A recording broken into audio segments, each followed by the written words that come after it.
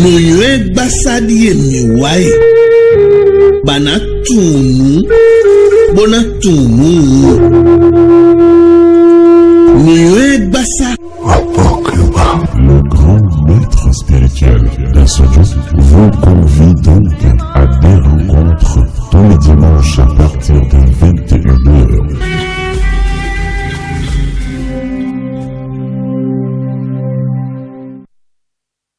Mais mon bon, que gonne la main, télé ton dieu, mais tu l'as mis coudo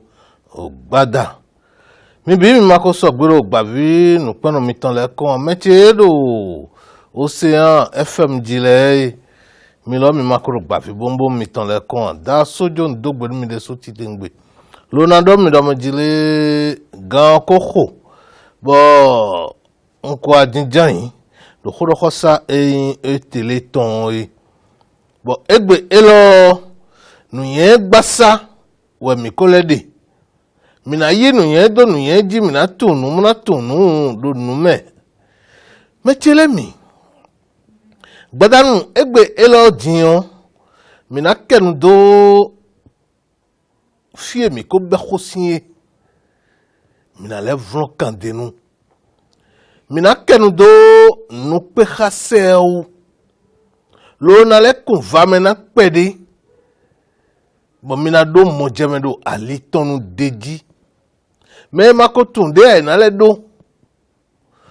Me chitoro mi tole mi ndo ene on bikpe o. Nu pe kase onu mi blo le ndo mi de aji no gba ibi oko le me. Lo no de bonu ya dugli nu de boro nu glo. Boro nu yen ya dosi nu gba we boro de dosi we yo. Nous pouvons casser et nous dîner les soins ouého. Bon, bien, on dit à Cancun. Mais tu l'es. Badam dit,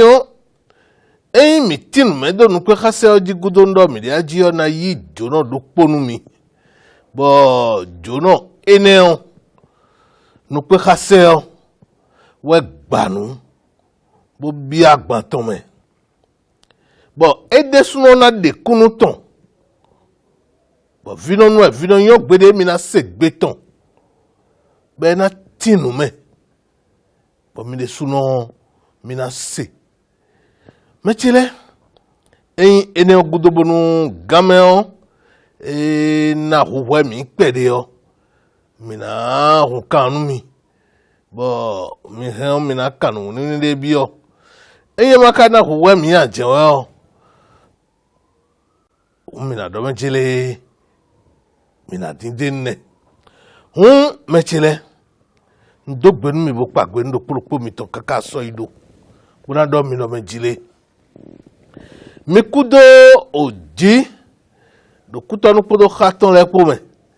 Fide jero jijadi etemeton le mi kudo ji. Me do todo mi do fide do nakoro joite fide.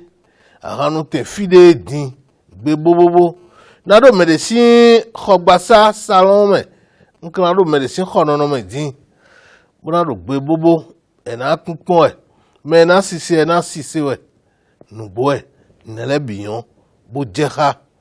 nu yewe so bo do agbesan zona be jeme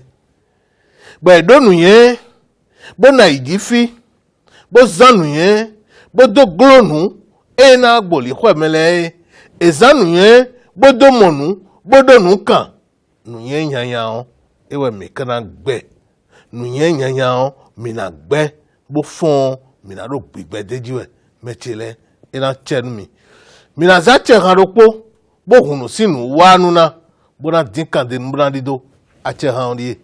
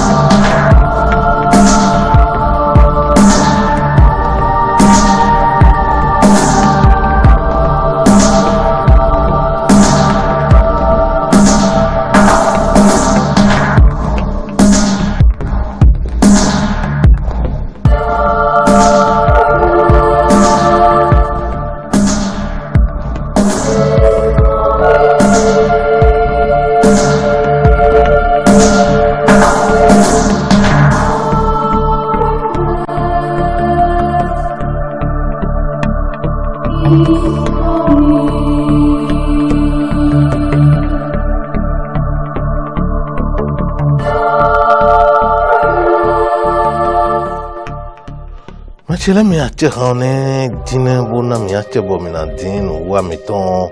bona vlog kandenu mina meji mina kendo no pe khaseu bo mi koro no time dejiwe bo koro no time dejiwe mi odo ko gege deji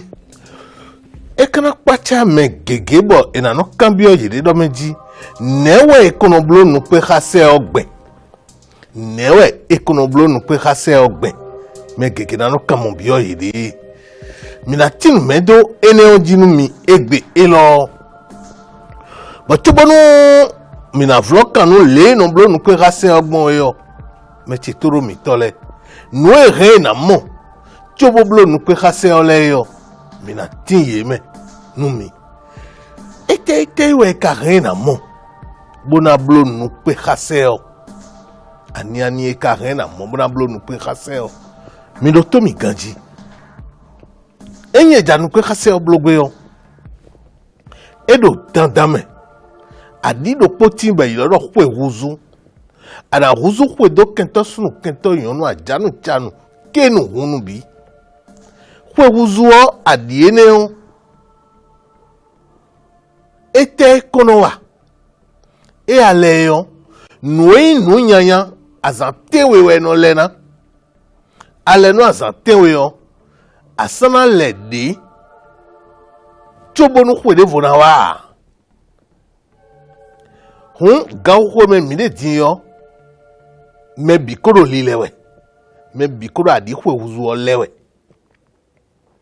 me bikoro lilewe ti azantewe we me ro no lena bo eyin mi kho alavio do po edo chake atonji mi kho alavio do po me aton reon ye na lenu azan tenwe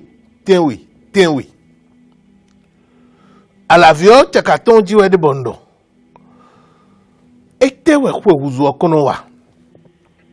afoyon nunye yande do tekpo we do kwe fufu amatuno mjele agbanjo wenu ya bo kan flanson ton nu enyi nu bo enu yanya ndo yesu me mitonele ye enele mi do ye mi mele de me to ye ale de me nu enyi ye yanele yo le mi no wa kwetanu die mo ye bi no wa kwetanu bono jo agban vlano fonu ale adikwe huzuo asuna ya gbanjonu ye de todo kwe fufo a ena rewe kakaba na bi okwe yoyo memre kwe yoyo si fufonu adikwe huzuo no nyanya edo tekpo edo kwe yoyo eme na bio afoyon bona dogbeto egudu do yona to esanlinu dagbe to ede sanlinu alopade yo metilemi eyin eti gbomondo mi de aji yo bono ale adikwe huzuo gbede no nyanya edo tekpowe bono re akweligbele nuwe a asiligbele asuligbele e o yona de sanligbele nuwe no nyanya eneleo ena huzu kwenu bi no nyanya edo na gbowe yo ena huzu bido dagbe lo jinwe ewe zo beno yoro kwe huzu adi kwe huzu hun mi janu pe kase oblogbe yo adi kwe huzu o e je khabono enile dandan bo mote bo huzu kwe bo nunu no me metonasi hu jeha ya we ka dako eneo hun adi kwe huzu o ekoro ye saweti ewe mi no be sisa jenukun do no wiwa enu kwe ka seton ime bo ekoro sisa wedi chaka ton diwe ala viode bo mi da sojo sin chofule debu me mi na mo modo po mi ja nu kwe ka se blogbe bo mo kwe wuzuo mi na mo zanlipo yovodo ansan bo ansan yin nukume we dokpoti bodo we makpo vovome enveloppe vovome dokpoti bodo we makpo wewe me enveloppe wewe bo ansa we ne le bie mi no zado nukwe khase ome nukoto edo enveloppe vovome yo wonu mi no nukwe khase oblo yo we ne nu enta sojo kenu bodo mi won ansan pere do mi on kameo ansan e da enveloppe vovo me yo ewe mi na no pere do mi on kan me bo e na ja si so bloji mi mo no kun je wa hun zanle pe do enveloppe vovo me yo e ye we mi do na zan we do gbegbe mi na blo nu pe khase o yi e do enveloppe wewe yo me yo e do we ma po wewe yo me yo sanlipo ero we ma po wewe ome ansan ero we ma po wewe ome yo emi blo nu pe ka se obo no e hon gbe ton su nu edo mi ni izi ahwanele bo ido bo mi ido ahwanele bo leko akwegbe gudu o ewe me nu pe ka se osin teme yo eno da tim do si menu ye bi wo le sin eto me gbo eno le me che toro mi tole mi do na mo ansa we nele ansa we le bi o edo envelope favor me po do ro we me po mi no ple bi mo no be do we ma po da ko ro po me be no yoro kit nu pe ka se ansa we nele mi do mi die bi ku na ple me na we ma po da ko ro po me bo emi ko we ma po ene o mi na mo ansa we le bi de me ansa we le bi o ero chake atonji 5,000 francs ansa we le bi o chake aton we esa mi gosi ansa le o emi gosi eji o ti mi na gosi eji o na ti me mi do me jile ansa le newe ka blogbe ko do mi ro fi do yin ebi o zun lo po me bodi do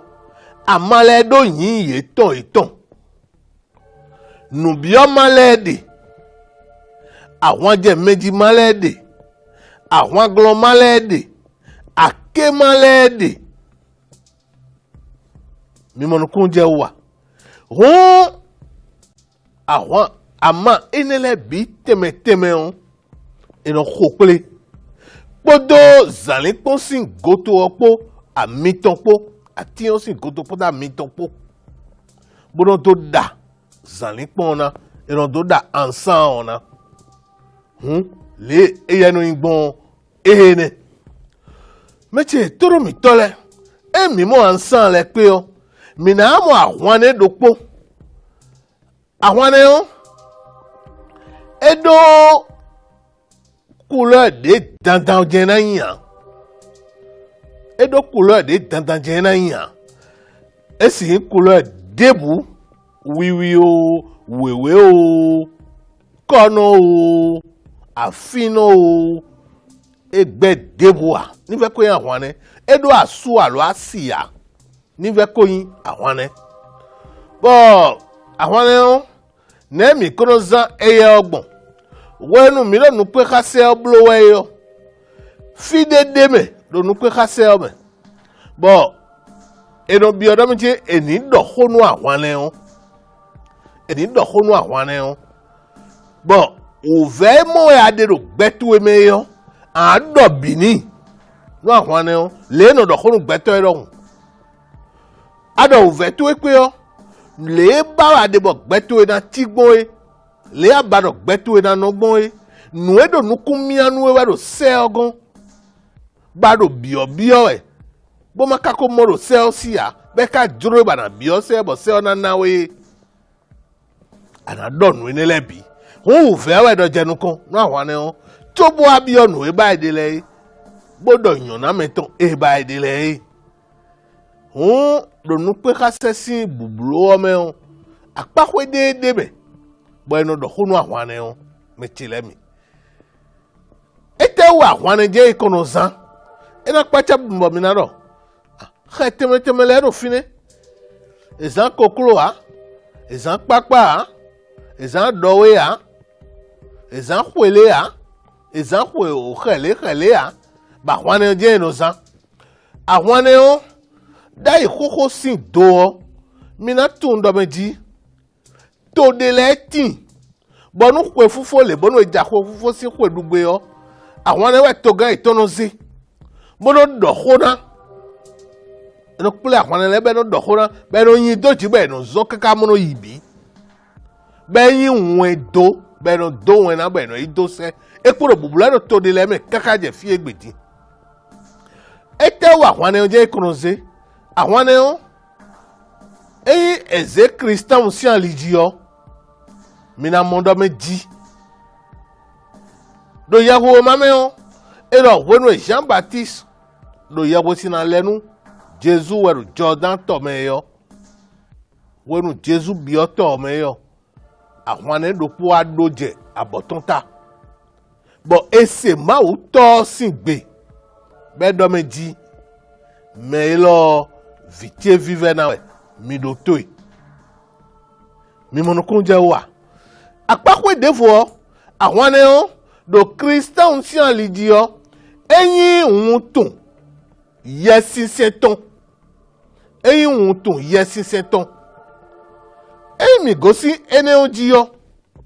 bo bi o fonu wiwa mi ton leme me winu wiwa mi ton leme bodi do àwọn ne kanjo to eno do dan didana ete we mo kroze khede vosi kanjo a bo kroze àwọn ne si kanjo do dan didana àwọn ne le de gbedo khe wa me yo khe mese do yin c'est un oiseau messager khe mese do yin be yiwen eno yiwen mo no do segbo eno yiwen mo no do segbo nu me nu ene atene do àwọn ne si yo e we zo bo nu pe kase o me o àwọn ne je eno zan dandan eblo nu aton mi na di ko wuzuko bodo ansan ho bodo àwọn ne ho àwọn ne ho fie duro me we da khodi fie duro me debu we da khodi ni ve ko yan àwọn ne bo ma gbele on o e o se fe vi lopo alo e o se beni alo e ko tonukun alo e àwọn ne vi alo e ko sun fa ton le bi be si zon e o e si blo nu pe kase a e yon e do ne àwọn ne e do gbe bẹ́yìn dójú ẹ̀kẹ́ náà zọ̀n edesu bọ́nà iye mímọ̀nà kúrú jẹ́ wà àwọn ẹni mìíràn fíẹ́ dúró mẹ́wẹ́ ẹ̀kẹ́ náà kọ́dì ẹ̀yìn mi wá dá sójú sí tsọ́fù mẹ́wọ́n mìíràn mú àwọn ẹni kọ́dù fínẹ́ èrò sísá èrò dá sójú sí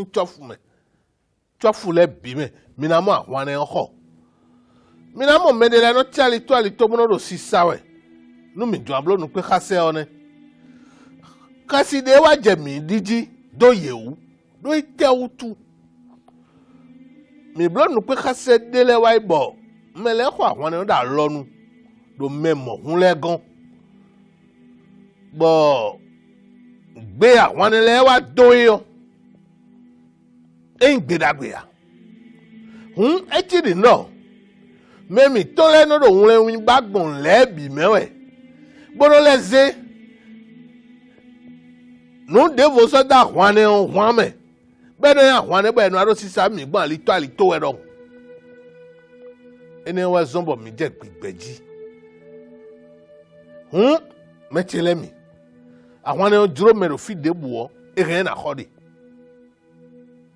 mi wa da sojo sin tofu le me o mina le moko lemi ti me gbon die le jolo merupo gbewe àwọn ne on metile lo khe wọn me on ndo khe mese do yin oiseau messager bon edo nazan dandan lo nu pe khase o me emi gosi fine on meti toro mi tole nu pe khase khonton emi nu yen gbasa khonton emi mi gosi fine on do no pe kase asan linu won mi na mo fe la wewe dopo me dopo na mo dopo mi mo no kunu je wa fi ejuro me we le kho ene lo omode ife ya mi go si ene oji yo we ma de tin bo mi no blo be no yi lodo o enu je nu yen gbasa we ma ene o me o le mi no blo nu pe kase ogbon yo bodo carnival bi no no me we ma do po ene o me o fezan we yoyo e me na bi o mi de tono de me we ma do po ene me o si astrologique horoscope un tun le do poropo no de me bo mi no tinu me deji mo do po le we e me na bi o mi de we yoyo e me na bi o mi de yo le we na tigbe nu e na jedo ko yo me teme le nu e mi ran mi na modo ko yo me le ko na ti gbedo la me na no ganji linu akwezi kan linu azolinu mi no ti me nele bi debe akho ana to ko ye me na bi o ade yo le na no gbon e chaki we e we mi no sa we ma ene o 2000 francs e we mi no sa wema do po ene ome o minona azeglo nukundeji nabide deme bo aba bokono na mo aba vodu nonde na mo wide suna yakime boko lebio ana blo azeglo inele modo po wema ene ome o Yahweh de khanu ange gardien meton be so yoro numero vede me alo nu bio de me mo vlafo metilemi mi no blo nele bi hu de me Yahweh de khanu akanji de vlafo do wede nu do nde ba do segbo ogon nu no me de rena no bo bio nu enele mi no time nu gegedo wema ene ome wema ene o nu edemenyi taki wenu tobo nu edo sisa itaki wewe ya do nu yen mebinimo bo heu ba dodo dudeji do gbewe gbo me fisi ouve no gbomi le me ewezon bezeso imu minamo wema eneo wema do po eneo me onu vive devode me gbete wa gbeme fie bi wedo angeli dokpodokpo ange dokpodokpo eyi atwa zegbe jiwe bopo we ma ene ome o anamo ange tu esi nko diewe me wa gbebe fie bisi angeli si nko edeme ange si nko edo we ma ene ome bo vlafo wonu mi lo nu pe ka se oblo we yo wede no atimbo mi no yilo akanjule yebe wewele o mi no yolo gbe no so yolo nu mi bodo dilo do fie blo nu pe ka se o de we ede temetemele mechile mi mi lo anje nele o aso eteka nyeton ye no wa yanya debu nu gbeto a ye do nu nyanya debu no wa nu gbeto a le mi no ye we komedi bo edo da mi sablo mo no yi lo o ye we le anjule mo jewe ye we kika we be no yo lo yi nu ye ni adalo mi nu ko na do nu se we mi de yo se oni se ho gbogidi su oni se ho mawu nu bi peto ni do to gbe mi ton gbe no yi fo sisa mi ton le so iku ile mi mo nu kunu je wa o mi no yi lo wenu edo akanji wewele yi lo we yo mi dele o mi ko tun ange mi ton sin nkan do mi ko ko we ma ene o bo mo de me mi de na do ange mi ton sin nkan yi lo we me ma tun gbegbe die a bo si hu yolo ange ton sin nkan ayo akanje nkan yi lo mi de le yo na do yi lo we mi lo de yo na no yi lo mi na mo we ma ene o dion metile mi emi ka mo nu enele bio newe no blo nu pe ka se ogben lo me gege no ve do sino pèlerinage te da ko me bo eno ipelede bo me bi no pele be no blo nu pe ka se o sin mo nu emi ka dinele yo eya ho bi ku ibonu da sito yo gbegbe na blo nu pe ka se yo edro ya no ku to egbe edro ya blo da zo to we me edro ya na blo do khoto to we edro ya na blo do fie jolowe debu fio ni ko na wawe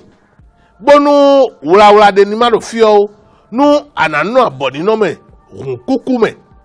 bona si hublo fimo nkan ton adopun okofo esi nko to egbe si yan zo tento we esi no vito we esi meto de we esi nkoton to we evea nu pe ka se o jabulo gbe ba mo nu enele bi yo anado note fie na blode e wede anamo akami ton no flone yo amo pede shabon do mi de ne gantene me gbadanu ewe nu pe ka se o no be e da san ton dion gantene me gbadanu we no be tobone na be an ko fla kan to e pede dai bo gan hobo ebe yo anako pile do radio to eme do radio nous cédé we ade bon a brancher nous courant bon nous zogbena khoyo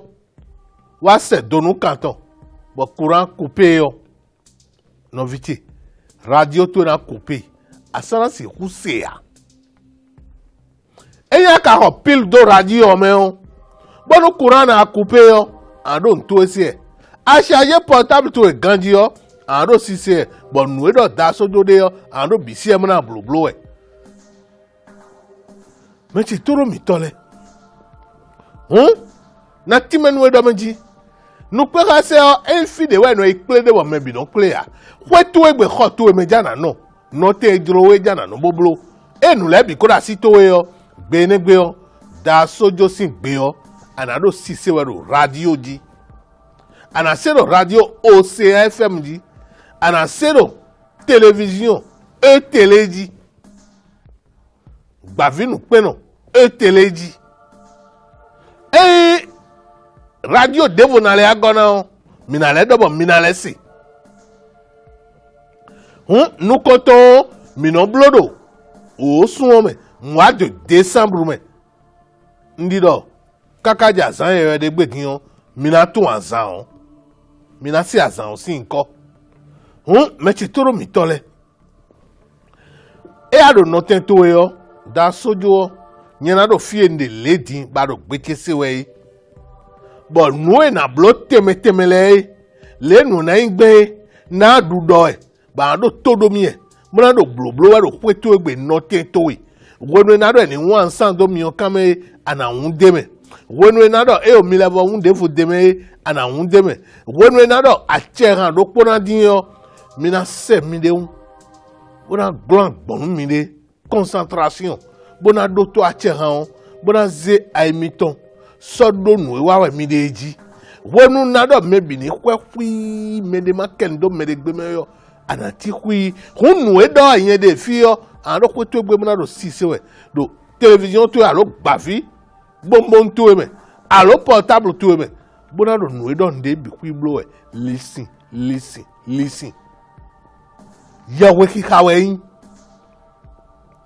yawe ki kawen bon nu nyanya debu de me a nu pe khase one bon nu e do gbogbo wewe o ve mo ade do aiji fi yo an so khole ma uto bon eyin mo abi obo wa o anadoni do mbi o mo bo wa to mo mbi obo wa hun tun wa me yin die ka wa gbe fi bo wa ro lele mo eyo ene o jolomi me bo pon bo do ha mi ena pon bo to ha wi e o wa lo tile wezo bo gbe ti o ndo ve me le ya kenkle sokemi rolemi gan sra onumi boblo do ma gosi uve lo me gbero to na do to wi bonablo do ansan ezan mi de gan koko enemele yo nu bi o male de me atema temetele de me àwọn je méjì male de me àwọn aglo male de me àwọn do la male de me akema de me ma wode so ka na chi ama enele bi ede so na chi ama enele bi bo enye ko ebi ple bo blo zale poto bono bi o mi o kamele bra zuzo ene je sisi ji yo won ego si temo nkan to me yo eno se dienwe won sagun le no yibuno so ekule dienwe anji le no yibuno so ekule dienwe be no si mechile mi beto yin mi to vlafo mi ko yin mede bo nu kike mi to sizan mi to de gege ko zon bo mi ko kwiji bo mi so si ku do ko le bo ni igberu to go trolo a ama enele ka da ti enele yo yiro zo me yiwe yo yiro wusranu mi wa so ropo bo nu nyanya evado mi o temete bo ma si do ko bo gberu to si ayo asuzo to ro wusranu mi we ezo bo ye ma uton na ba jono mi bo ko edo mi de fine yo mo sagun le ren ye na yi mi mo no kunu je wa nu pe khase o le degun ene gan na ko be na do mi do ko na hwane yo ahwane do po me aton jensi hu do ko na do mi suro na hu teju wewe afoton bonu na do ko na hwane ona me ona do nu wo fe mo de gbeton me bona le abi onu me do po ewe bi na blo teju aton hu me aton mo jensi hu za ahwane do po emi supo hu mo mi na ko ahwane o supo mo e adiko wuzu lo emi supo wa ton mi na hogora mi mo no kurun je wa hun le nu pe khase o eno yigun yo ene ko me ton gbe kho me ton me alo no te jolo me we ino bo do to da sojo bo blo do ko me ton gbe mi blo bi ku izan me bo zan o zan le pe envelope fovo pe vi o me kaka be vo yo bon mi bloqué yo ai rongbe ton sans anten mi na se ahwane on soda yi san me ai rongbe ton sans anten mi na se ahwane mi ton le bona yi mi na fonza bona sese ko mi ton kon bona yi zo pere do ko mi ton bona yi ahwane le be na zombo na yi e zombo ibo mi le ko apegbe gudo yo me chile mi zon e zombo ya ayiwe je a o eja ibo gbesun so ya eni on so kanwe ya we ko doe an le ko apegbe bona ze envelope wewe yo bona funlo bo zanli pon ede me yo ana hun pede do sime nu me no nu wi wa teme bi bo ina le ejro mi yo mi na ho ansan tu poton bona monte bo mo ansan wi yo deji bona le mo koklo jono eno emi o kameyo deji mi mo kunu je odian metile le no pe khase o eno blogben yo ene no mi na kon le bi kwi do da sojo sin chofu me o metile mi na mo chaki afoton pon konu kwene 15,600 francs no mi na kon le bi kaka ja hwane onji do da sojo sin chofu le me one ena chen do propo mi ton ndogbenu mi no wa mi ton apakwe ton do po ne dindin wene mi na ya apakwe we go didin eweyin jono mi ton do kho sai bo mi na yinu mi tobonu mi kana yi jono nyane mi na ya che han oji ba che han na din bona na che mi bo mi na dinu wa dinu mi do to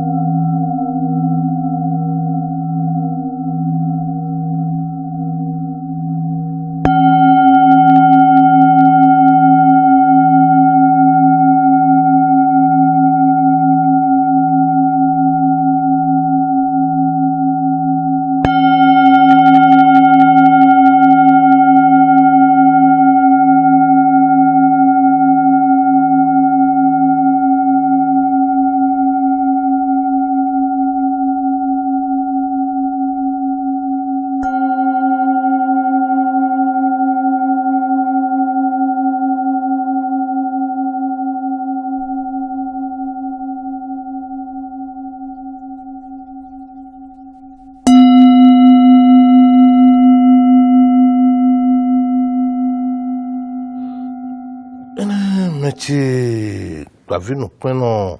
Memogbon Wekela Megonu Téléthon le Mechi Rotoro Miero aussi FM le Mileko Ahosa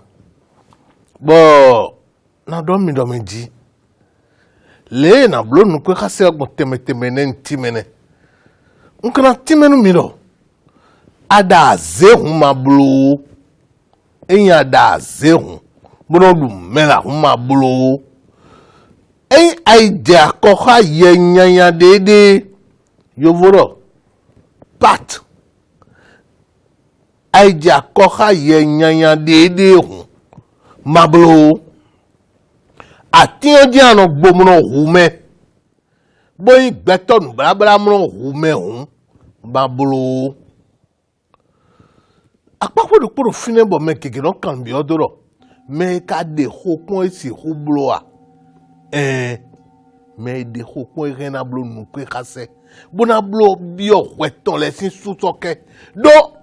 afoyon ena siene o bali khosi kudo susu de wedo alodeji Kodideo gande kono aho metelemi bo afoyon modesi huti ena dewe mindo ha amo gande no aho ba foyon modesi huti ena bio wesoke tanda me de ho rena blo nu pe kase bo bio weton lesin susoke bo ya weton video konu mawu mi monokunu de khwedon de wa minaleko ha bona wa jono mi ton gan bo gbadanu diyan nu pe ka se we gbadun bo bi okoton sa bo ndende jeji bo ron bo wa sumi e wa su da sojo o do me jile ina wale mi ina toha mi bon kana kanu pede biye beda tinu pede menu mi le yigbe kaka be wa ro kun su mi we tie mi la ho ina tinu pede menu mi mi la ho kudo gbada o gbada nkunu kudo gbada o gbada nkunu me adegbe no kanji ro gandia no kanji fiaka gosin gbada ndimbo amikon o chen mi ngosin kharagba kame me sogbodo lo kotonu fi kharagba kame lo sogbodo me kame do ndime me kotonu fi ende din lo kodo me fine wa de kodo me ende din e ado ti han kharagba kame we ajori kharagba kame we kan je itode bokaro godo me fidin oh tekainu zonje jiwe din kakabo o adoaro konti wa we tin ani kai nu ro ti jewe we yo no ndebo bo kwato mi peri ewa to mi peri bondo na sepo mi bona gbobo dodo fie no ajeyo do mi lo yin ni fi chesin ko bagan we ni fi chesin ko bagan mo gbe do ale ta chesin ko edo di fine yo oh ndende ko choi tam bo nu kawa ro papa chamiwe vie inde su ji si ne souhaite meilleur kafra e todo mi ala mi so kemi vie inde su ji tout chokoto kanche bo ji yo ba ko atone e bo chai ne e examen ba ko aton boko bo chai lo ba ko aro di me ne bo jai boko chai noton bon noton kasolo alo cheme noton so asitia no ko e o gbami boko ro o krekwe kameton o kati a zonto ahun edo so nu de buro o krekwe kameton inka a hozon vala hozon e ne bo gbami buro ton àwọn bo fi o kan ton fi o sunu we alo yonu vi anyonu viwe yonu viwe e ne boro kan ton lo ka ko ibaki aton ja aton ne ko yibo chai ne o po sin we do aditi o fidi ejen we bo lo ko gbero ko do me fini en ko che gbede su ya me ko khayado fini me o khayado ko do me o ne o e wa gbon kan ti bo mo bon dagbe ayopo bere ri o ta sojo sin kwe tanu eno gbo sin le we mi kwe ku khogbe wona mi ton se mi do bon ye ma motonu ndi ayo nye yipe ni ba eno fun peri bodito bo ikon le boyi so agbon kan ti do nko me ngbo me ti a lo eye omodo eyi blonu omodo iblonu o ekaso do hodebunu yen do o papa mi mano polo na blonu mo ko ton ji o bon so tun ko nu je yin mo ko ton blo to ya no to masara siwe ayo epo no ton po jena blonu ene hun no gon ede hun no gon epo no po jena blo no gon ede o kwe kan meton bo o no fi mama no kun je ayo e wa gbongbon to ro godo ome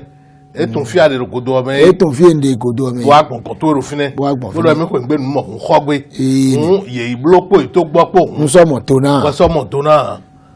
tun le igbe ya dio o nu na kan bi o we nderi o nu e don we wa gon ti tin yo nu e don we wa gon en ton tin yo e kan bi o we nde e te ka ro jije ba wa gon en ton tin ani ka don ba wa gon ti lo fi o wa khonu aro fi o wa khonu tin bo yi epo no ton po ne ka yin gbomo kwe o wa gon ti kwe o ton do nde eyo o boku joko no o zo bo wa kan to gbadanu lo din yo ewe nte o no o bala pedi do teuka o fi ne de di yo ho bo kan bo te ho do to dunu pa me ta do igbonu yo nu wa re glenu mi yo dagba bo kege e wa zombo ni fi wa to di nu e fi e blo ya nu e fi o akọ kan to yo o bo igbo yo e renu plenu mi town bo ti menu mi bo no kan yin gbe nu e ren blame mi na don we sin e ren blame mi do eto yin o pede eyin bo ano che o ano che yi hun ene we mamunukun jenu o kan ya ho cambio wende akurtime ho a memra ho ndo do ado fi e blo no tie kan blenu emile ete ka kan blenu e don de je gbogbo e tin ba fi won ado nde do mi gbo e mo ado mi hu bo yoro mi do ason na bi de di hu kanji ete ka je no ozo bo won fi edi eso je ko gudobo no okwara meya amogun jamia no wa ma kwane do ko teli kanu nko afidin cho wa do mo jeme peli do e bo o so o ya mi de dian wa ma kwane do nhun ho sansan do pobo wa ma kwane do ko teli kanu dian fi enu e pachaminde yin akwane o no mo bo jako ikuto yen hun sansan na yo akwane o jako ikuto comme le no si jaji na edogun bo jako ikuto akojo guru ton ko bo pon mi kanji chere àwọn o tite bo pon we edo afoton we leji bodo kun pon mi we le aro kun pon mi na edogun ete yin lo e pachami mo no kuma ete fi akwane ka gosin bo atolu ko tiri kan san ten indi e mono ya akwane ayi indi e maka yi kan ni sato ayi akwane kan wa ton ko tiri kan san ten ajio e nbo va to mi ta bo so yoro ndi tiyan o to fena yo nwene ka wa jenu pachi ejenu gbaji lo ne ka gbadun ogbe ne te ka gba bodo to ma na mo je me ron da site yo ron edo asite yo ron da sito we ron ya site yo a o gba kwane me boko fotanu habu ndo ma do ko jo ko nu epo lo nu ozo ndo fi ko gbon akwane me boko fotanu habu yo ente akwane o makwane o yo nwe eren plenu mi tan eren plenu mi bo ron edo chiche ye menno no temeteme bo do wanu yo anono yeme mo wanu no yeme mo wanu e wazo bo ndo meji nkun san je ko ku to bo ko amewo nwe ka do pubo mi e ka bo nwa fidimbo tun lo ma do ko ton aton mi frafo abe nton we si fidia aton mi a ni hon wo zombo nwa fiye de yo toro mi tore mi ni sechetere do meji yanya wiwa kunyowo do no boe ni weji a do khobura mi mo akwane do kho mi to le kanu sa teri kanu sa ten mo akwane sa ten yo ya se ka je do ado tite bo pon mi tite bo ku do mo e fi mu pachaminde yo akwane pon mi kakakaka bo somebody to bo nwa nde ni amedo nu we bloede ko yin bo ko pachami hwe bo ntweto bayi bo ka mra yan eno do mi do meji khodo yin si bo yin do na do amla yan mra yin sameo nu we mo nukun ti ade tagbabo keke amo akwane godo ya ma kwane kuto yo nu we nukun ti amo yo tagbabo keke bo san kule bonu yen mra yin pe le chenwe o le mebino ko mebino mra yin mro yi ko mro da mro fe yin to fe pe di chai no ho etele kono je etele kono pacha nu e no pacha mi yo si do bi lo wa o me ko ho do hen tonu yen ma mo pon en jebi moji be odo yin ni vichesin ko ba kan yin ni dondo khome yin adoko yin ko ndo khome nton yin kan do yo e kun kan yin do mejele oyin mo ta di ba ibro reunion do khenu bo yin do be vo ipin mo yin na do nu to ona ne nga do nu to bon amla insame o ya no do ewe pe ne no wa kan che bo no mo mele po me na feyon mi e no feyon mi e me do fen do mi e no fen do mi e me de repo bo no do yin na do e wa kuzu tegbenu ah ma wa ne gudo bo nunu je be be ran me asa ko itene di wa gudo fene di o ma ro media na oku bo no e wa sin kaka bo no pedi no fi jan fo cha mi o ko to lo di o no e do sin ka mi de fi si do no ya tiun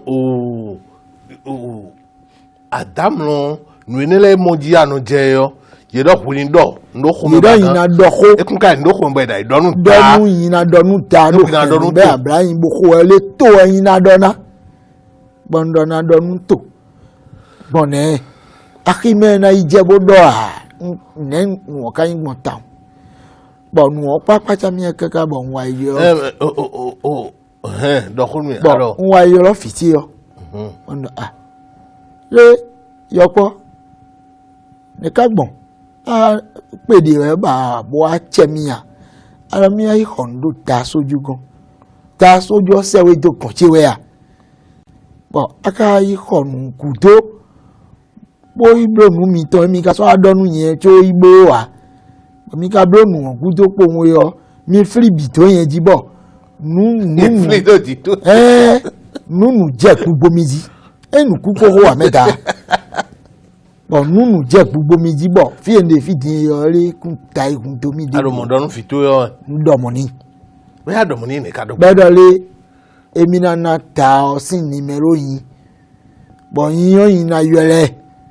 bo na mi ni mero mi to fi aje yo lo mi fi de ne je yo iro we de ji ne bo ni ro kaka o eno so ni kaka me de no so a e so ni kaka me de no so a mono ne ga dogbon be ka imo ma wa wa nbo eni nwa yero mi assembly bo e so ni ni bo mi so ni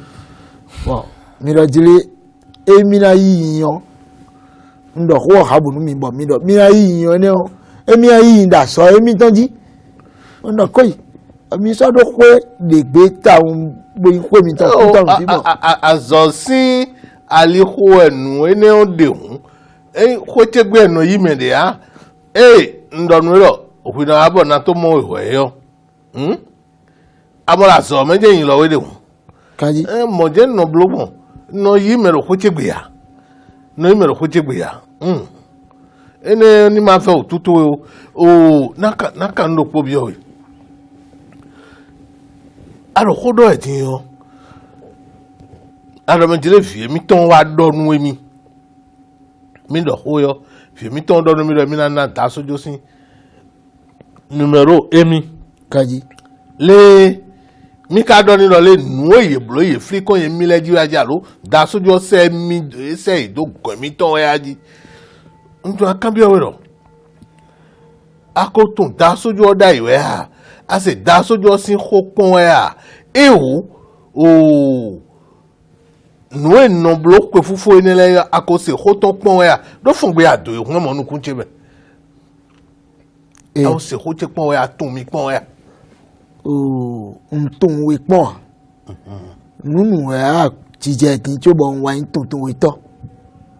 bo ma do ho do kle un me teje me finenu epo won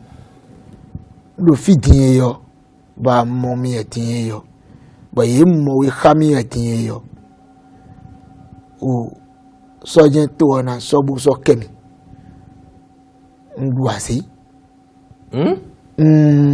ndu asi chere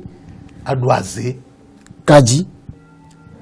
wa do fun ti aduaze chere eyan se mi ton nejo yan ndu asi bo bako ene do ede yo yen je ti aro bako ji ba no ton le to yo kaji ba ton le bi yo eyi bo ma tiyan ngba ko de no ton ta no tongo eti o ve otutu ba blo mo ni an aro ne agbon ba ti ba ko ji ni nu we zon yo mai naboyan mai jenjia tewe magasi no kan teboyi asomea bo benu ku hunhun boiti noton gondo no na rembe na do bako ogbere awa tiji no reni do bako ene o ena wa yin panu fono yin chesi ya panu to e kawe me apanu e so do to de fo ze wewa me ntun kaji nu fo e ma panu fono no so temedin no ble ni we so le utuche jo teme so ton ho do o cambio ro atun mi pon a se khoche pon a e o ne kan gbo ba do fon gbe ninu fi oro yin we se do mi go andi atun mi pon a bon ntun we pon lo le no ayin gbe we inte no si khoto we no si khoto we lo ndo fi din yo ni nso yin yọpọ fún lémẹ lo teme lo àṣeyọmẹ bọ mi yí pé fois passé lo kézẹ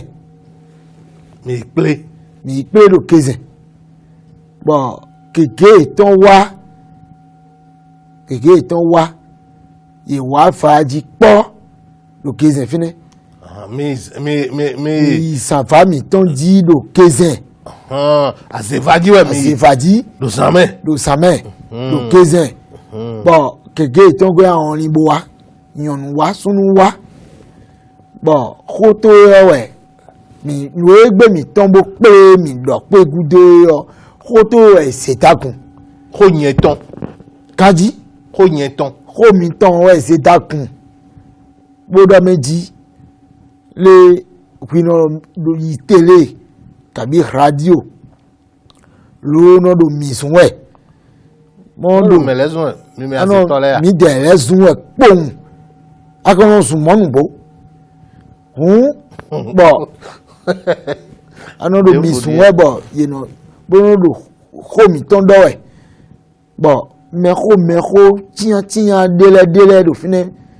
nọ do mi sun ẹ kájí dọkọtò bọ ye me tian délé do fine bo me koko ne le o ye ko yi tagbe so boko modo mina ton ye wi ton wa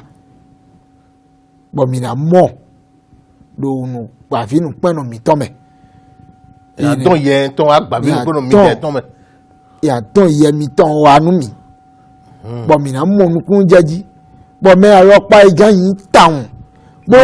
tẹnu mi tẹ̀lẹ́ yọ. yẹn ọ̀nẹ́ á. kájí bó kù tẹnu mi yọ. yẹn da sójú wa. kó kù má dọ́nu wébó. bọ̀ ayọ̀pá ẹ̀jẹ̀ nùwé wà nùwé jà yìí bó ló kù tẹnu mi tẹ̀lẹ́ yọ. nùwé ní wẹ̀ mi bàdọ̀ mi nà tọ̀wé wá bó mọ̀nùkúnú jẹ́wú. bọ̀ iye mẹ́mẹ́ kókó nílẹ̀ kó do tuto mẹ mọ nǹkan tán. bóná dùn yẹ tán wa bóná dùn yẹ mi tán wa. yẹ yẹn tán wa. bọ̀ mìíràn mọ́nu kúnú jẹ́jí bọ̀ ìbúrò káká gbogbo jẹun ṣé sọ bẹ́ẹ̀ kó lúdọ̀ dín in yọ ńdọ́ méjì o ńdè wá bùrò ń fìtí ọ̀pọ̀ náà pọ̀ bọ̀ ìbúrò ní ẹ̀ka mi àjí pàtàkì. wọ́n tún fi tó ẹ̀kọ́ mẹ́ ẹ̀dọ́ àdèdín tún pọ́n àmẹ́ nǹka tún kúlẹ̀ sún pọ́n àmẹ́ nǹka tún yànnú ẹ̀dọ́ àdèdín lọ pọ́n àmẹ́. bọ̀ ẹni ọ̀ mi fó péré ní wa igudo yọ o ìyẹn wá wáyé mi wà wá pé ìgbà yẹn lẹ o lẹ́kọ̀ọ́ wa o. wọ́n mi ṣe kó yẹn tán ọ̀rẹ́ àzèfà ọ̀dìbò dọ̀. o tán ọ̀rẹ́ mi jẹ́dọ̀ réníyàn défo mẹ́lẹ̀ fo mi pé dé yẹ gbódò kódọ̀ dé wẹ̀ gbóná dàsán ponu mi nà gbó mẹ́ni kódó yìí bọ̀ kótó ìjà tẹ̀mẹ̀ fi kótó ìjà tẹ̀mẹ̀ dé ni. tọ́wọ́ mi jẹ́bọ̀ kó yẹn tán wa tán. ni mi ká dọ̀ ẹni pé wa igudo ńlẹ́ àjẹ́ mọ́jẹ́mẹ́ dodo mọ́jẹ́mẹ́ jíjí bọ̀ mẹ́lẹ́yìn gègé ìtàn jẹ̀dúdọ̀ jíyànnú mẹ́rin àsúnmẹ́ àyọpọ̀ mẹ́ bọ̀ ńlẹ́ àtúnwé táwọn fi ńlẹ́ àjẹ́ kó tó ṣeré jíde ńjọ́rùn dọ̀kún wẹ́n bọ̀ náà ayi òfin èfìtì ìdóta ìdíyà ya uwe na mahwane kan we de hu bo o Mro ya wane. bo mi ma sin ko me o me na kan do po bi o do ahwane on de me we ahwane on de nu mi bo mo bo e kenu pele nu mi town kaka bon wa ton fi Te ka gbele nu e gbele yo e re ina ido ko to gun me mai mo ina ku bona mi asa nu ne o ya inu bo ndo ta me ton ti e kaka be kurugo nka fi de ganu mi tro jenu kon we o e na se o mi lo yo to chesi o no viyon mama chi o tanti chi to tayon chi na do tayon chi to che no viyon we na mi e ka na mi yo. yo Viyon we na we aze yo. e we na mi Ne ka na we gbe. e ka na mi yo tro jenu kon we o nka to du mo nkan ton lo hun nto wa nto do ase hun nto wa we me twelele fineje ndi bo e do nan mo nkan ton mi bo nta mo no amodo eno so mi bo no ido plate fide Bo no tro ku ya. do tro memo no modo meji ndo plate fide bo do duwe dunu kaka bono no ha Ano ene le mo tro. no du amo ba mi wo bi blo du bi ba le so mi wa Do tro le me. tro memo kaka pe won o mi de wa igun do ko tenwe me gudo fene chobo wa tun yen ton do meji ah nu yin bo nda ko yin be na mi bon de konfi mai mo an tun nu wa se depo ndepo lo amwa hun Mon kun jeme o. Toto eno vi yo. E na we aze yo. E o blo ku te we gudo choba atun do mi to do wa aze. tun do meji aze to enu mi E blo ku te we gudo we. tenwe gudo to wa tun we tenwe gudo ne nwa yin nu mo ko ton to yo ene yin de sume to won asiti o sinu je utu che veja lo pari bo pon sin frume ndo na ten honhon yo pon nuwere na mi yo na ten won pon do aso te kon wa taun bo bi yo sun de vola me bo lo ni do ko na siti o be do ko ni bo tren kwa de be yi bo du Wa bi osun de bo sin la me. bo dona nya do meji ni do ko nu siti o be do ko na siti o kaka lobo ton bi baton sinu bon ton me de fo sin ye do pe ogbe be chucho deji do to fra me fi de lo mo e bo mo do mo nkan ton Nfi atun bo ko e fi mbete pon sin pepe de ni bon eyan foto gbe to fi e da fo gbe. be ya si ti o e da fo pe we Fi ayen de ne. bon le bo choko ndo do si ti da fo pe relu na yi ya lobo yen pe O kun yo no gbewe ne an ku yen ne hun. ye do ti che kan ko ne o meyo nu ko gbe nko ma kwa ne dimbo nu ene ko inu bo yin pe po no son ebi ko je pe nu mi ji kwa din chobo nsi kwa ngba nti mo po nti so no so si ku isan kan so mo ndebu a nka so do ndebu sari ji apo ti de mi bondo na gbogbo sewa nkan ba do O ma kan no po bi o. E ka na we azi o be blo ku ten we yo gudo yo. Baba tun do mi adaze yo. Lo ado ku ten we gudo ti mi atun do mi daze. Won awa yan se tonu bolo atun. ntun E ku ten we yo gudo ba ka atun do mi daze yo. Na wa ka wa nu gbe. ko te o ya gudo bo ntun do Adaze yo ni aka wa nu gbe. Ni aka wa nu gbe pa se opo. ni o eyan le wa nu gbe diye o to nduwe o bibe mehwe o nwe ndote ni winya si ti obe ye ni bo fi ti o ba ko ro le ndogbon we din bo ndaleji bo ene o mele ma don biaka ye do entre ya mati e wenye ni sadi o ele anami a chedefo bon tɔtse nɔvi yɔ dɔnu mi dɔ me dzi ina natse yin ba tse ina mi ye yɔ nuɖu kan gan ye sɔmi ye wɔ yin akpakpodzi gan wɔ nu mi akpakpodzi gan ene akpakpodzi gan ɖoɖu dɔdɔ ŋdo fi ye yɔ lãdzatɔ wɔ nu mi alo jalan bono makata bon etesi la kono mede no ikata etesi la kono jamuno ma o gbẹtọ jemino to huzu kanin gbọ o koko bo yin je kono neji bono jabo no ma mo koto nyewe no ma ene nuene oyin we no blo bo ndo fine bo asanda jije yo ido nwa do fen pa bo re inodo asome bono ya khozo ato bono bado mini ale clinique sin do won nwa bi o pe bo ina pe mi bo ngba se vaji yen de suton bo ikando enenu ado se vaji pe de suton yen de suton bo ikando ene onu bo lanjato yiyan apapodi gan ene blibu bo ndo fi de kawe yin lo ene onu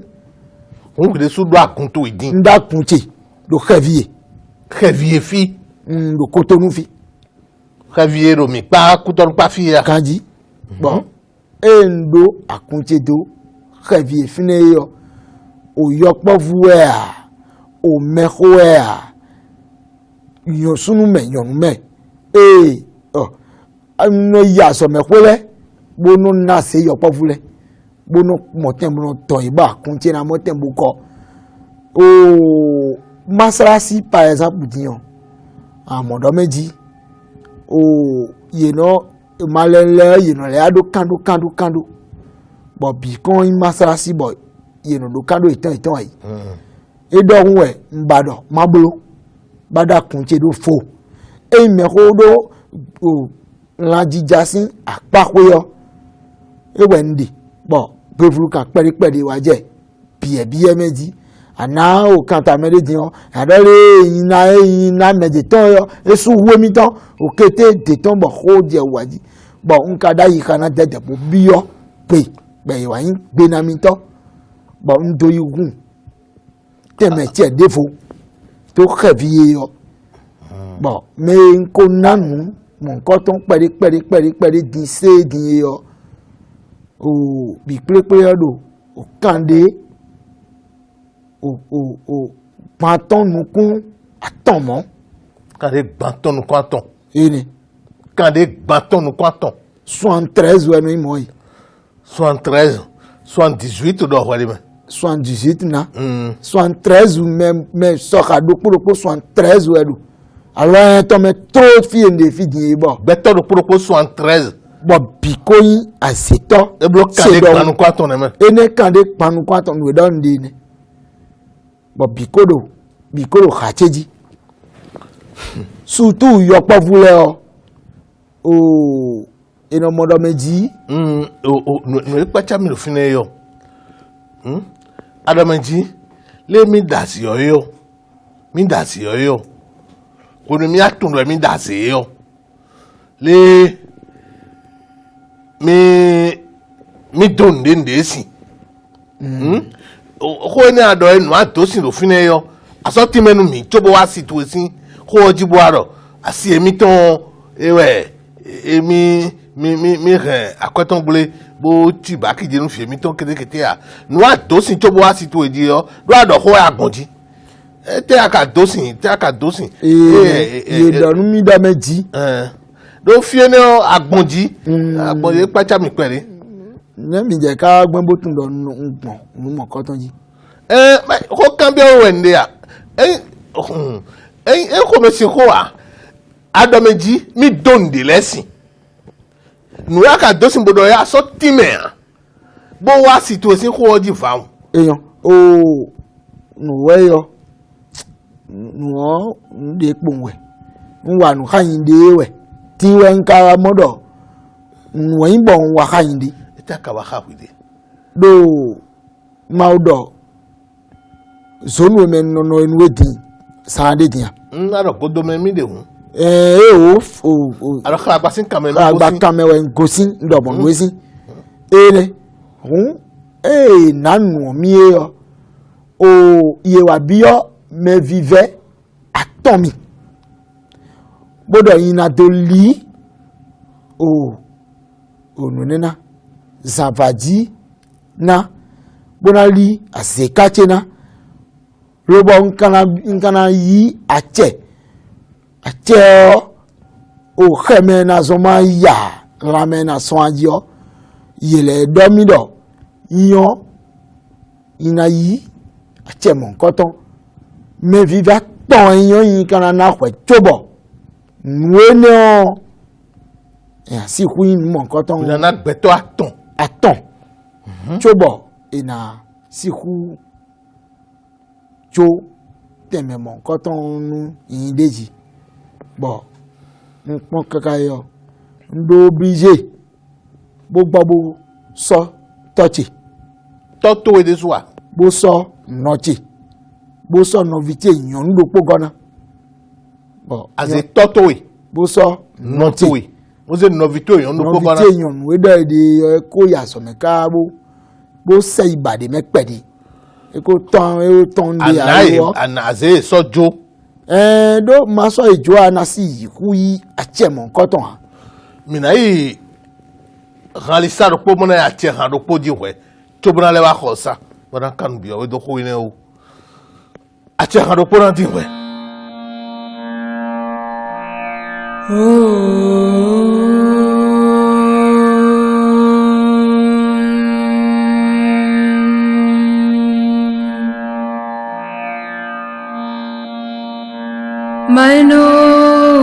मनोबुद्धि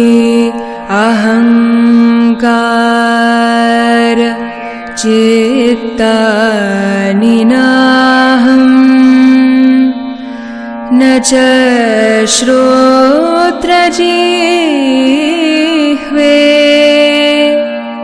न च घ्राणनेत्रे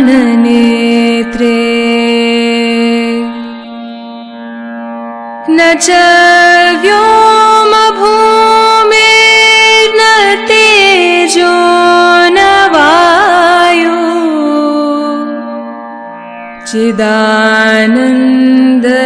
चिदानन्दरूपः शिवोऽहं शिवोऽहं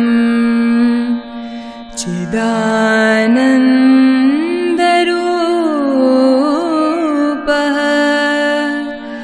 शिवोऽहं शिवोऽहम्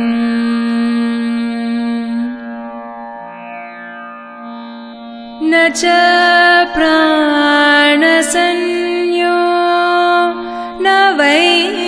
पञ्चवायो न वा सप्तधातो न वा पञ्चकोश न वाक्पाणिपादो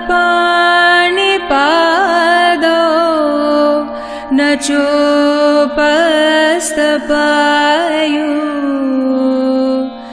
चिदानन्दरूपः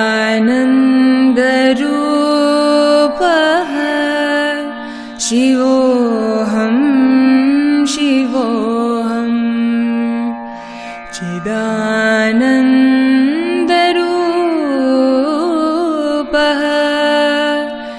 शिवोऽहं शिवोऽहम् न मे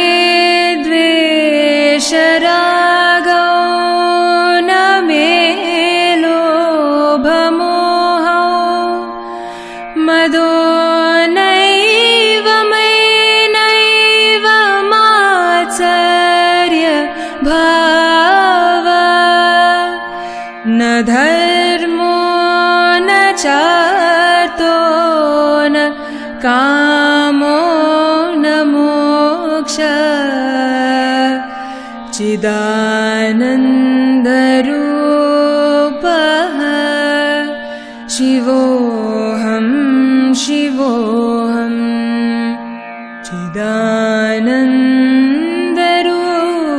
चिदानन्दरूपः शिवोऽहं शिवोऽहम्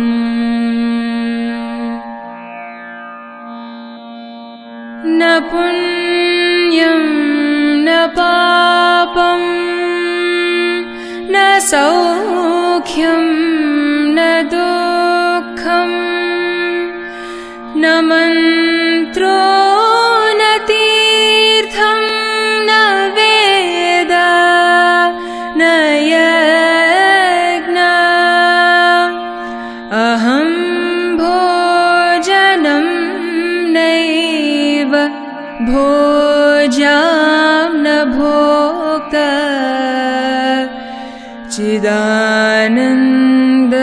चिदानन्दरूपः शिवोऽहं शिवोऽहम्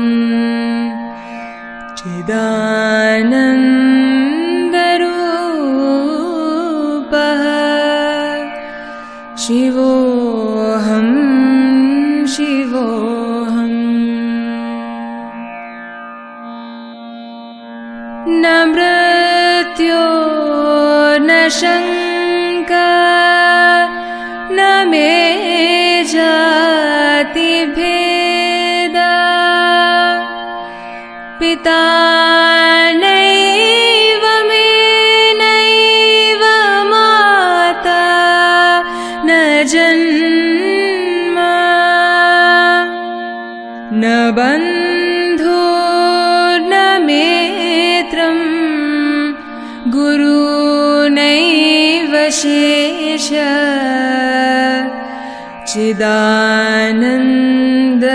चिदानन्दरूपः शिवोऽहं शिवोऽहम्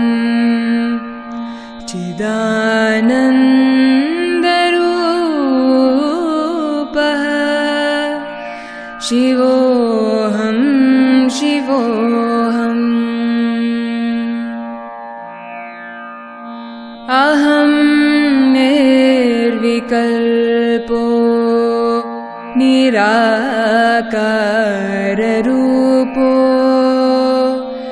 विभूत्वा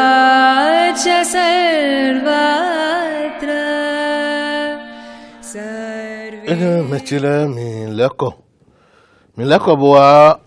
khosa wana din cambio me na dindenu oh menako adomeji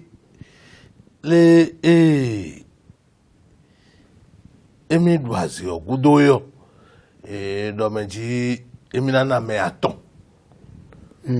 minana me aton bo emina to emiton bona no emiton bona no vie emiton yon lopo e akana eyo etete kaje tiyan le nu igbe yo idomo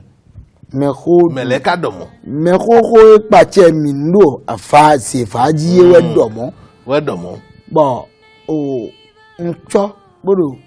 chucho we bo lebu je na buro nu enegbeta won ntun wa hun yewa yi nu agbe ti onu wa gbedo haragba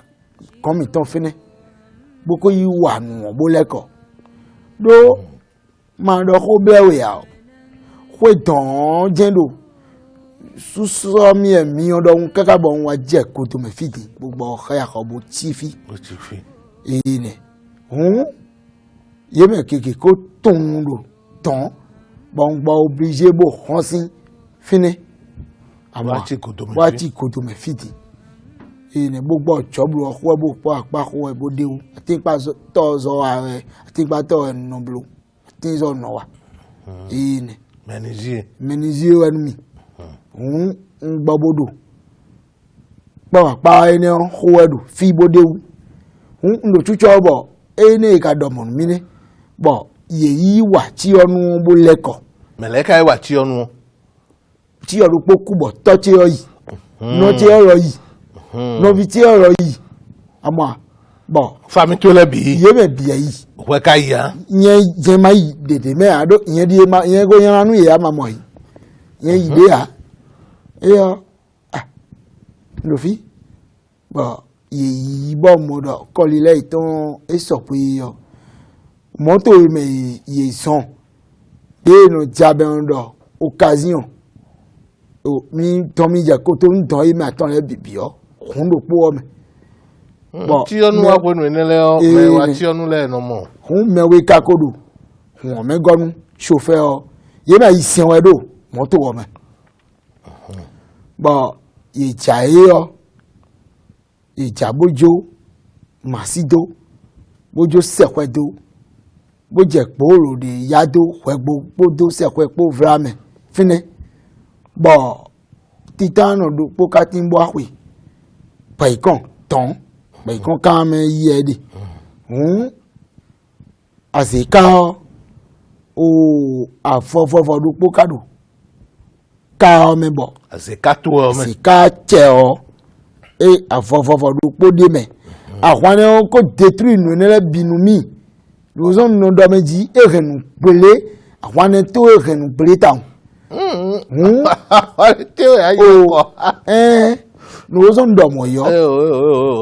o avant officier y croit quand tu es même de merci mais moi avant le podo wa ko amen nous e na ko bu na blo nous e na supo me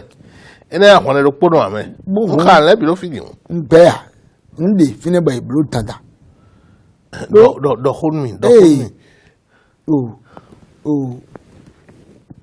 ele como yele como jayo afofofo ene o ye ton sin ka me o e ve mi ni mo rafia ya rafia ai mo na so kra be na mo si be si blo don de si rafia afofofo ene o ton sin ka me pe jenwe o pẹ̀tọ́ kun jẹ́ nínú. pẹ̀tọ́ sí kanjọ jẹ́ nínú. kọ́ kúyẹ́ nánu pẹ̀tọ́ kanjọ jáwẹ̀. gbogbo inú sí tó yíwẹ́ gbé wà mẹ́ nuwé àtsẹ́ ìsọ́nù miwẹ̀. akẹ́fọ́mọ̀ nǹkan tán akadùn tíyan ẹnu bí ọ sì mẹ́. bọ̀ náà kọ̀ mẹ́ fìdí inú àfọ̀ ẹni kọ́ tí yọ. ká nẹ̀tẹ́tọ́ sí ẹ̀ ká kúrò sọ́ba àfọ̀ ẹ̀rẹ́ náà dùn tíyan. Nene on domaine fo yen ni bon afo ede after for mon coton e jagbaza to was na o do fidian a momi apo we amoya amomi a bon je fo na fun ka o chauffeur ji titano ji bo jeji kakaka bo tekmo bo sise bo tendo moto fie o ye de lo kun gbon do lo itan ja di si pe bo no ma fine edo agbon yo nton bo gidi ebi tintan ero moto ye ton wa ko ngbe o abi o tintan me adon fo go yo si furu me yo nbi o tintan me yo chauffeur o nu je pátápátá ko kaji yo etun lebo je nu yin gbe ya bon moto àbí ó ti ń tá mẹ́tẹ́ àwàrún chauffeur chauffeur nkùnrin fúnra ká wá sí àwọn fúnra ká chauffeur ti ń tá náà nkùnrin fúnra ká tàn bó mọ̀ tẹ́ bó sì kú dóònù dè bá ń dè bó mọ̀ bùrọ̀ ẹ̀ bó mọ̀ tẹ́ bó hù yé mẹ́ àyíṣẹ́ ẹni rẹ̀ bì bó lì mọ́tò ọ̀bì ń ti tán ká mọ́tò pẹ́ bí ọjí bó pdb lè wọ̀nyí gbẹ́ ó pèlè sọ̀rọ̀ díyan atona emi ku tẹmitọ ku nọmitọ ku nọfiemitọ kaji ku mẹlẹ fo igọra. lórí dọ̀ mẹ́ fẹ́ mẹ́ fífẹ́ ndọ̀ níbi ìgbà yẹn dọ̀ mẹ́ fífẹ́ tìrìlì wẹ̀yìn náà. bọ̀ mẹ́nilẹ̀ mi ka wo yọ mẹ́nilẹ̀ ka wo ti yọ etẹ mi ka do wa na. mẹ́nilẹ̀ bi kùsù bọ̀bọ̀kọ̀dọ̀ sànjì tán bọ̀ ìmọ̀tẹ̀ gbódòlì nọ̀tẹ̀ xẹ́bíyé tán náà gbólì àṣekánu mi. Bo nami achebo unreon nano xeme nano kani bi me boiza nu e utu e na la se o tin o me aton bi o je nu continue o nu e ye dele wa ine nu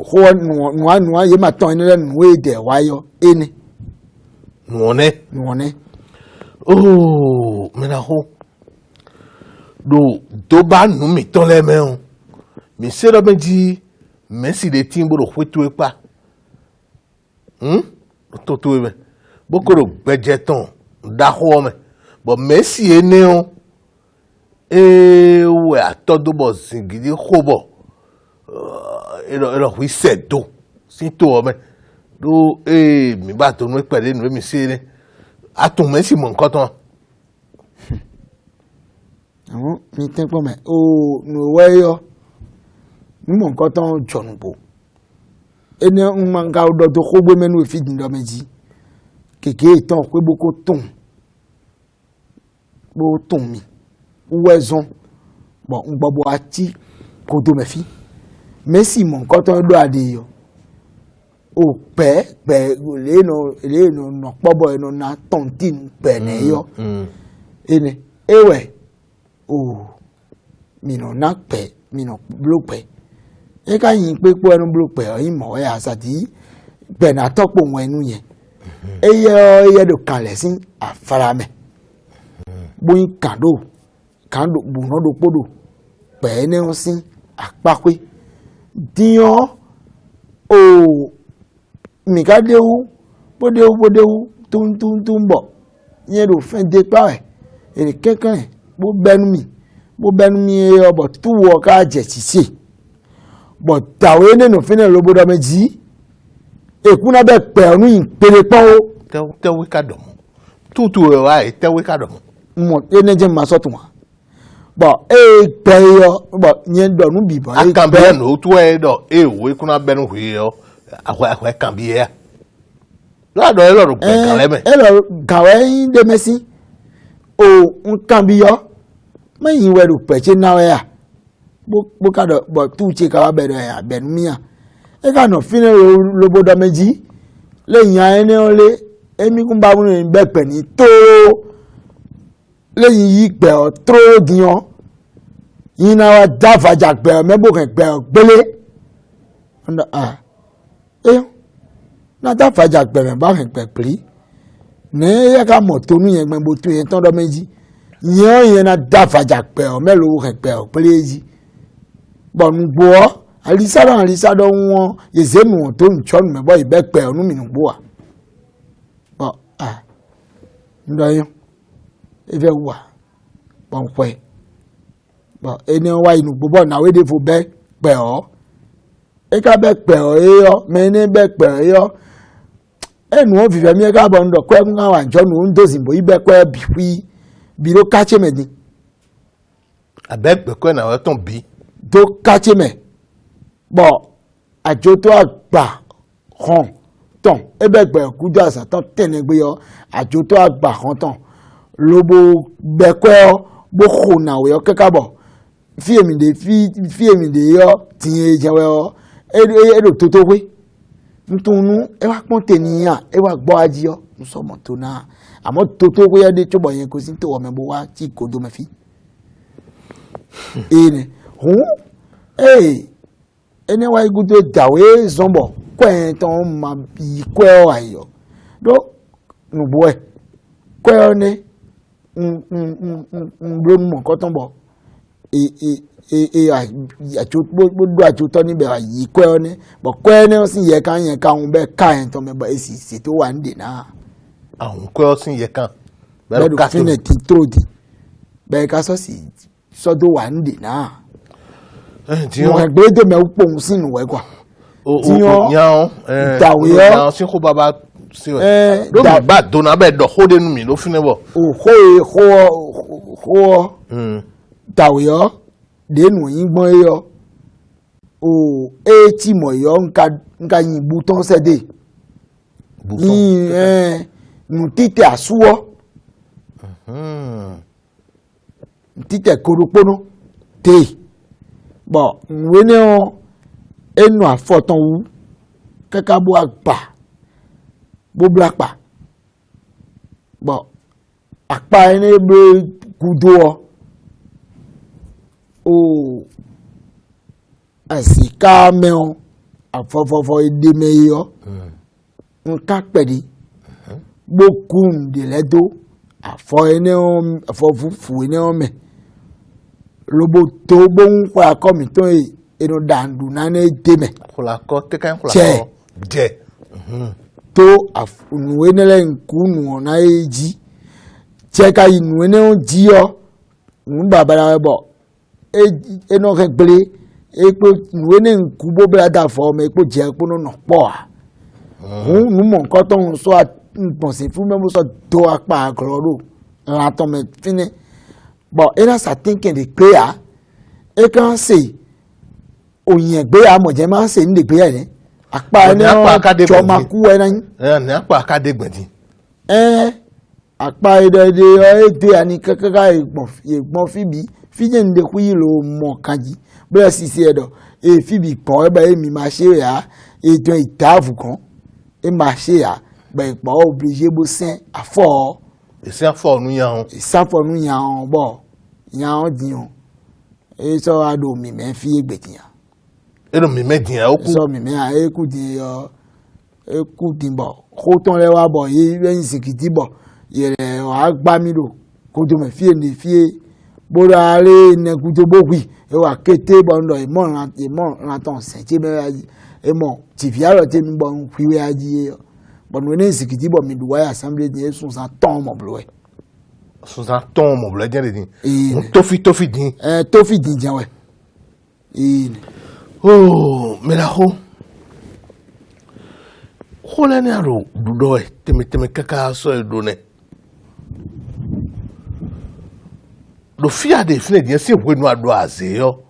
ado emi hu to mi ton emi hu no emi ton o no vitoi o nya de ton dion ado nje lo kun so puru gbe o mi ko se ho ne o ko se e wa zo mo nka ho bi o de o met to ba nu mi ton me je meto le do nu mi de e wa zo nka ho bi o de o oni ma pacha we o se we nu ada se yo din yo me na bi mo ne we ka o hu down ni me na bi mo ne aka hu ne ta mi gan ka ene bi yo mi hm no ma mi do akan mo ko ton bi yo mi jo adon nu ti ton so yin to o me ya no me don do to ji wa yin we nene ta mi gan kan mo ko ton bi yo mi e o ara me hu te mi ton ma ada hu no mi ton o no mi ton no vie mi ton o ale ndo khodo mi ya khodo mi de tin yo ara lo ku so de o gbe ya kabelo menabi ne aka won ti we no adu ase o tin menabi mo ne we ka o hu ne no ma mi akan mo ko ton bi yo mi ha o fi e da meji lẹ́yìn na do ko nto o ndo fi di e yo o eyin khododo khanu si apape bo mi ji ayin do fa mi o me kha gba fine bo do ko ediyan fone na ro to nu kan bo wa no cambio mi no le na bi yan ka wo ji o nsi hu tun bo timenu ya nsi timenu ya aka do de lenu mi de hun ati me de le tin bo mi mo nu kuro je o ma gbane me ma si timenu ne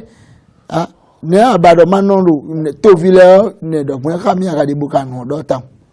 e o amonu kun je ko ti me pon mi nu wa fiye ne amonu kun je ko ti me ko nkan bi o je amonu kun je me e o nko wu me sokale nko do nu sokale sin nu e ba yen de ba se je ne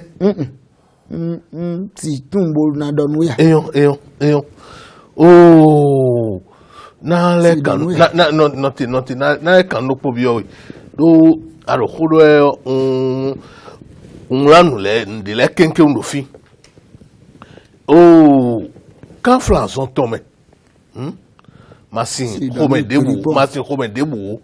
ado tin am tele mi kon si timero mi hu menabile o kete o la. ba fon gudi dion do nu ya me kan flan azione ko na hwe bo hwe do azioni bo dorun sin kaka wa ba ene mene menabi mo hwe kako nazi ine nko do nu we do ko gbe me fi jin do meji ado avai mi ton dio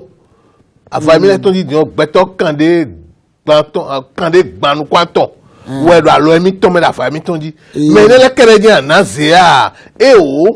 nazi me na wenu we ndo apapo ji gandu we yo o message do fi to en mi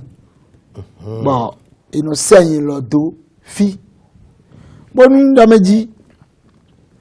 o esemi do fidi bodo iso mele wanu mi Bon, autant à thème, bon. Le réunion des Jibonu, tant même encore, tant ami bon.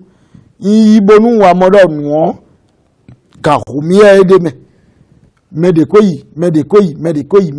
bah, quoi, dire. Oh, on na bon, c'est flou, mais bon, na, c'est oui, d'amrome. Ça quoi, non, d'amrome. Ana zera mlome. Ça quoi, non, d'amrome, mais ça, kakoube, ma, kakamron, topon. A tamron, na, na, we, c'est pas mlome.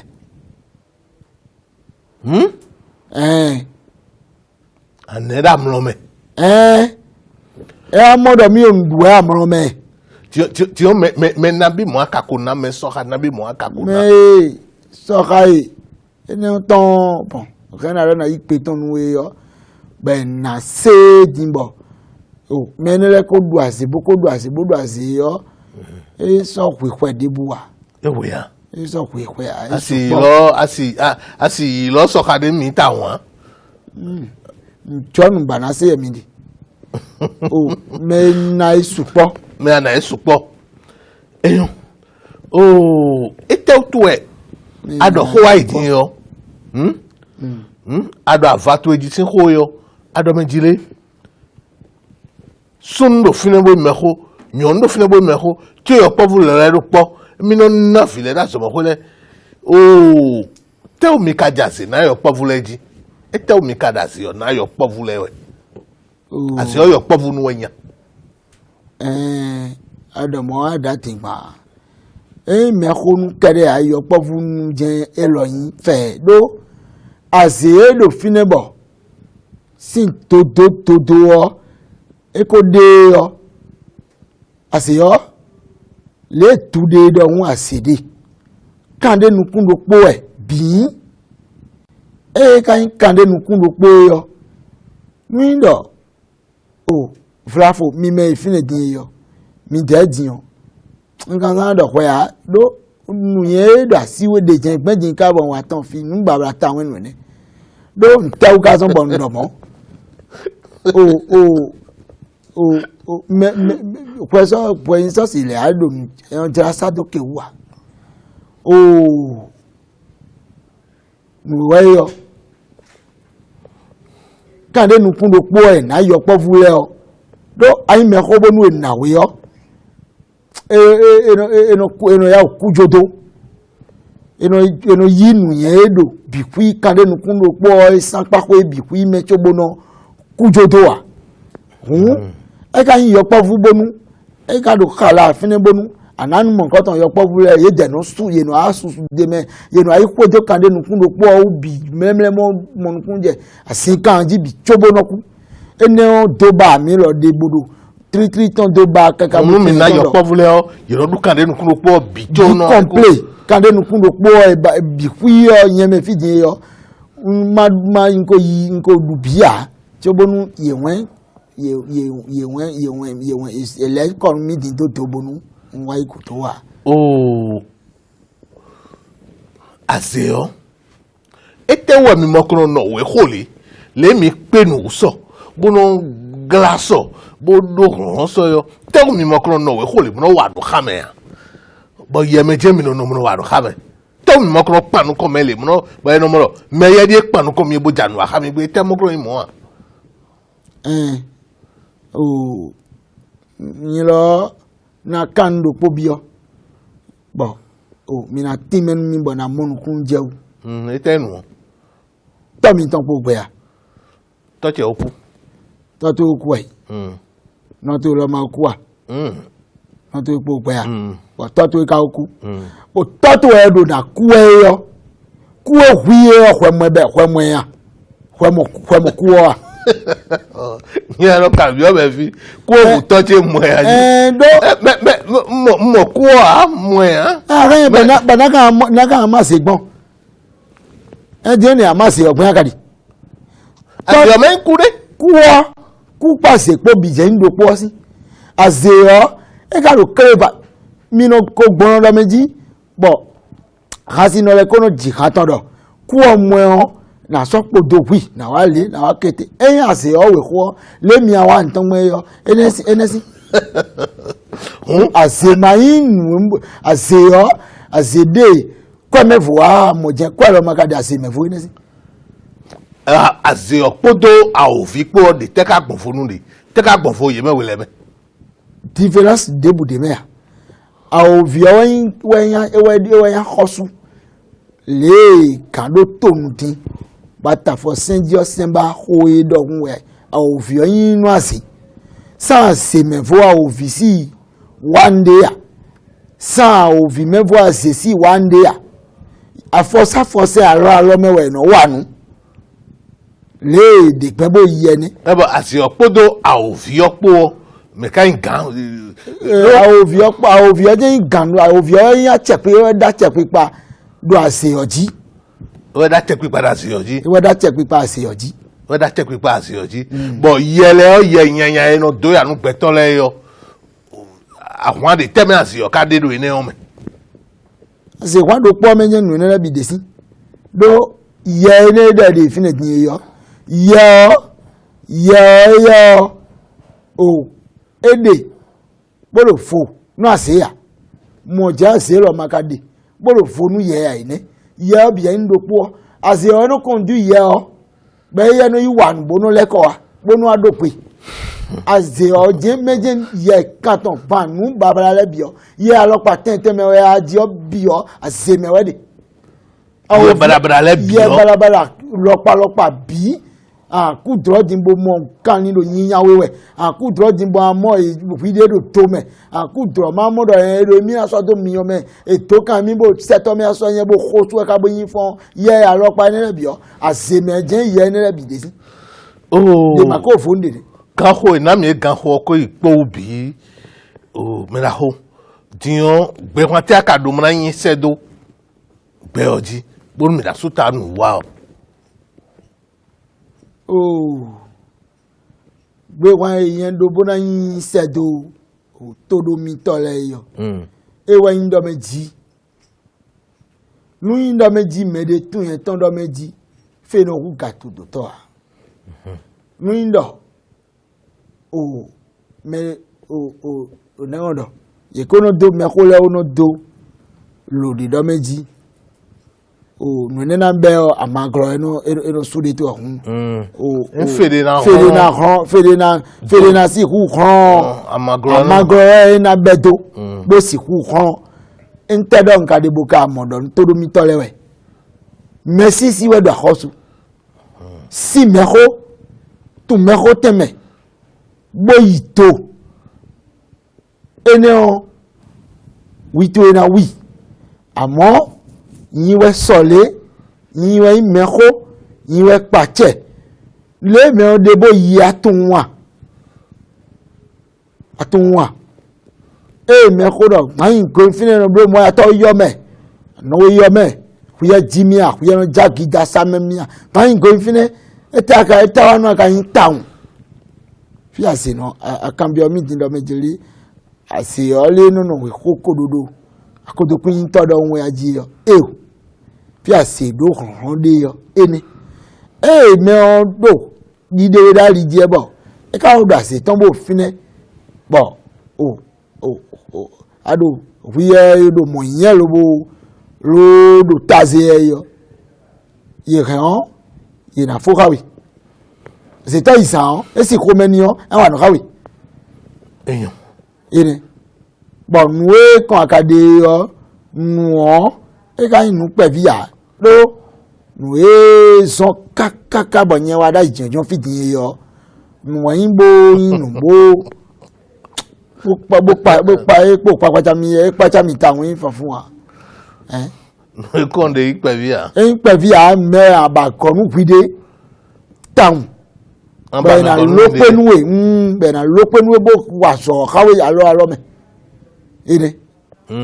le yen mo gban ene do